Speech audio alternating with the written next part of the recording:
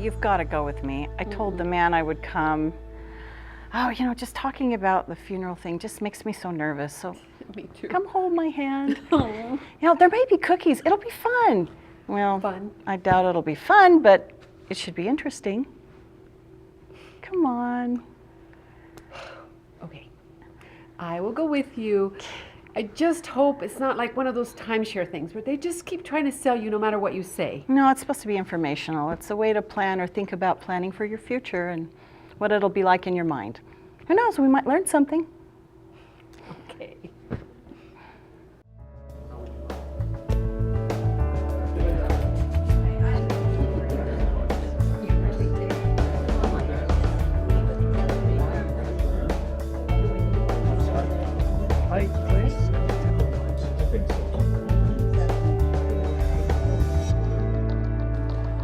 Well, good evening. Thank you all for coming tonight. I want to thank you for spending a few minutes of your time with me this evening. I know that this topic isn't everyone's favorite, although I hope the cookies and the drinks were on your list of favorites, though. Okay, now by a show of hands, how many people in this room think they are not going to die? It's funny. That's the response I always get. The irony here, of course, is that although all of us know we're going to die at some point, few of us acknowledge it or do anything to plan for it. Now, we didn't have anything to say about how we made our entry into this world, but we do have something to say about how we make our exit, at least as how it relates to our funeral plans. Now, I don't have an interest in just standing up here talking to you all night. What I'd like to do is open up the discussion and have all of you participate in it. This seems to be the best way to discuss end-of-life issues. Now, as I look around the room, I see it's fairly obvious that you've all been around the block a few times and you've probably had a chance to ponder some of life's mysteries. So, as you look back on your life, what's been your greatest fear? Yes, Pat. I guess it's leaving this world without making it easier for someone else to live. That's my ultimate goal. And that's why I try to resolve my own issues and to not be a burden on my family and friends. Yes, Ellen. What do I fear? Honestly, nothing. My wife adores me, my kids love me, my grandkids shower me with kisses, and I'm getting better at liking myself. So whatever happens, happens. I'm not going to let fear ruin my life. Dying alone. I think my greatest fear is being forgotten, not being able to let my loved ones know how I really felt about them or really knowing how they felt about me. I don't like public speaking, but that's not it. I think it's dying. Yeah, it's a fear of dying. I don't want to think about it. I don't want to talk about it. Maybe it's denial, but I know I can't control it. But it feels kind of like if I think about it, well, I'm afraid it'll get here quicker. Well, I think we all fear the unknown. That's only natural. But thinking about something you dread won't hasten its arrival. I remember when I was 14, and all I could think about was turning 16 so I could drive a car. Thinking about that never sped the clock up, nor will thinking about your inevitable funeral. Consider this. You don't want to think about your death, and neither does your family. Is it fair to make them face your biggest fear? Of course not. And you'll find that pre-planning is the perfect way to probably not beat your fear, but help your family face your fear of death. Now, I'm sure it won't come as a surprise to you that I've heard all these questions and comments before. In fact, if I hadn't, it would be kind of strange. And as we covered earlier, we all know we're going to die at some point. Many say, no, I just don't want to talk about it. Well, fair enough. But how will you be remembered? And more importantly, how would you like to be remembered? Yes, Richard. The wife thinks we should plan our funerals, but I just don't want to deal with it. Let the family do it. I agree. By all means, let the family do it. But do it with us. If you think about it, pre-planning just means your family and friends will not have the burden of making difficult decisions when you die. They're going to be emotional, distressed, or maybe financially unable to deal with the situation. Well, I think it's all about pre-planning. My parents planned their funeral before they died, and as I look back on it, I think it's the best thing you can do with your family. In fact, it's probably the best thing you can do for your family. Yes. Jake, that's my husband. Well, we've talked about it, but for some reason we've just never moved ahead on it. I guess we just didn't see the big picture of thinking it through. But I've got some answers now, so we're going to start to talk about it. So here's a chicken and the egg type question. Which came first, the chicken or the egg? Well, so this is the question. Who is the funeral really for? Is it for the deceased or for the living? Who cares? I'll be dead. Cremate me and bury me in the backyard. Yeah, when I was younger, a lot of guys used to say that, just dump me any place. You know, I don't think they really meant it. Well, not about the cremation part, because a lot of people are doing that, but I think they just didn't care. You know, but I think all of us here care. It's just kind of hard to face it.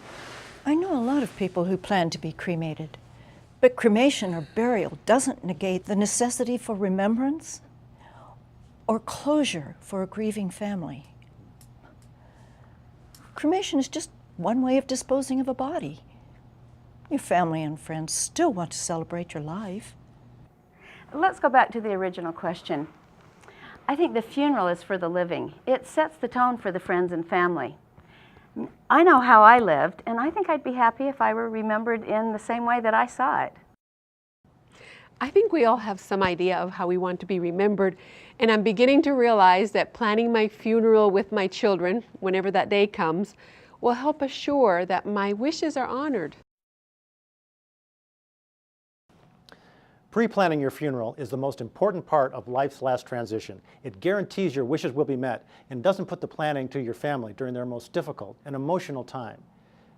James, what do you think about that? I don't mind planning a funeral, and I've got plenty of insurance. Well, that's what my sister thought. The problem is if you end up in a nursing home at $4,000 or $5,000 a month, it doesn't take long until you're broke. You know, Medicaid may kick in, but not until you've depleted all your assets. My sister thought her insurance would be enough to cover her medical care, her funeral expenses, and an inheritance. But what really happened is they had to liquidate everything before the Medicaid would even be qualified. Actually, it's worse than that. They target your home, your savings account, everything else prior to qualifying for the Medicaid program. Yes, and something else good to know, if you are applying for Medicaid, you may already have an irrevocable funeral plan or burial plot, neither of which will count as an asset for Medicaid purposes. After working a lifetime taking care of my family, I just don't want my family to have to pay my funeral costs. Any money I leave them is a gift, and for the kids, it's a birthright, and I don't want these expenses taken out of that. As funeral prices increase, pre-planning protects these precious assets because your funeral expenses have already been paid for, and in many states, guaranteed. Now, another thing to consider is that some insurance is term and not permanent. Pre-need is whole life with a limited time pay. Well, let's face it, the life insurance money is for your family.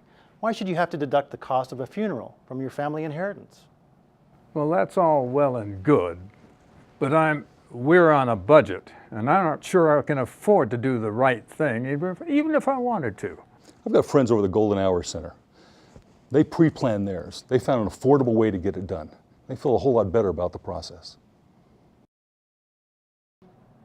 There are many pre-need plans available. Now, money should never be an issue, but sometimes it is. So you have to ask yourself, is the cost of your funeral something that you want to leave to others, most likely family or friends? Well, my parents had a plan in place, and it was easy and affordable. Just a couple of quick questions about their health and their wishes for their funeral arrangements. And then they had an easy monthly payment plan, and it really gave them a lot of peace of mind. That does make sense. Knowing that my loved ones don't have to plan or pay for my funeral. And they'll know that they're making the arrangements just the way I wanted them. And planning ahead for your own funeral could result in you spending less money than if those decisions were made after your death. So and my daughter couldn't resist the temptation to spend more on funeral services than she needed to. She loves to shop. It's a woman thing. But you're right, that situation can be eliminated by planning ahead. Everyone here has probably developed a sense of independence that your parents never dreamed of. Would that change your funeral plans? Well, yes. It's not going to do me any good to plan a funeral. I don't know where I'm going to be when I die. Now I'm retired, kids are gone, nothing really keeping us here. You know, my folks traveled around a lot at the end, and it didn't change anything. Their wishes were still seen to. She's right. Your plan should revolve around those who will be there to enjoy it, to meet their needs and their requirements for closure. And besides, the policy is mine. I can take it with me where I go, right? Yes, it's your policy, and rest assured it's fully transferable. You can take it to another town or another mortuary. Well, I'd like to thank all of you for coming tonight. Are there any other comments? Well, then you can see that life is just one transition after another. You take one logical step, and then another logical step, and so on and so on. So the next step is to actually take action on deciding about pre-planning your funeral. It doesn't hasten the day, it doesn't hurt you, it just prepares you. And now, isn't that a comforting thought? What I'd like to do is hand out these funeral planning booklets so you can get an idea of all the ways that your friends, family, and loved ones can celebrate your life.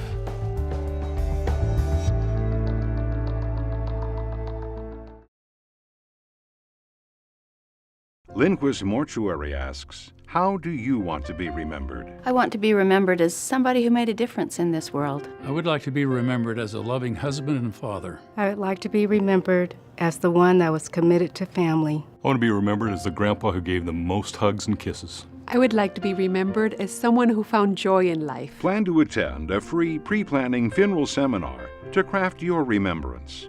Call today, 801-394-6666.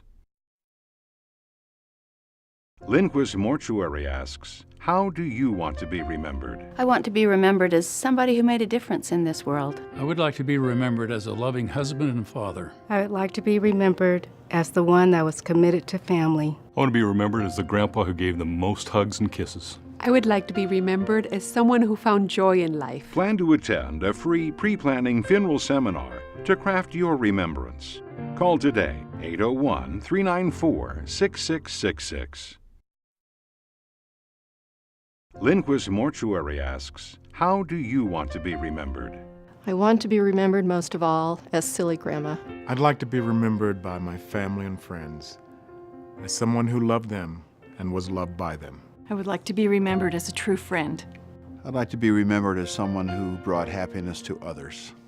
Plan to attend a free pre-planning funeral seminar to craft your remembrance. Call today, 801-394-6666. Lindquist Mortuary asks, how do you want to be remembered? I want to be remembered most of all as Silly Grandma. I'd like to be remembered by my family and friends, as someone who loved them and was loved by them. I would like to be remembered as a true friend. I'd like to be remembered as someone who brought happiness to others. Plan to attend a free pre-planning funeral seminar to craft your remembrance. Call today, 801-394-6666.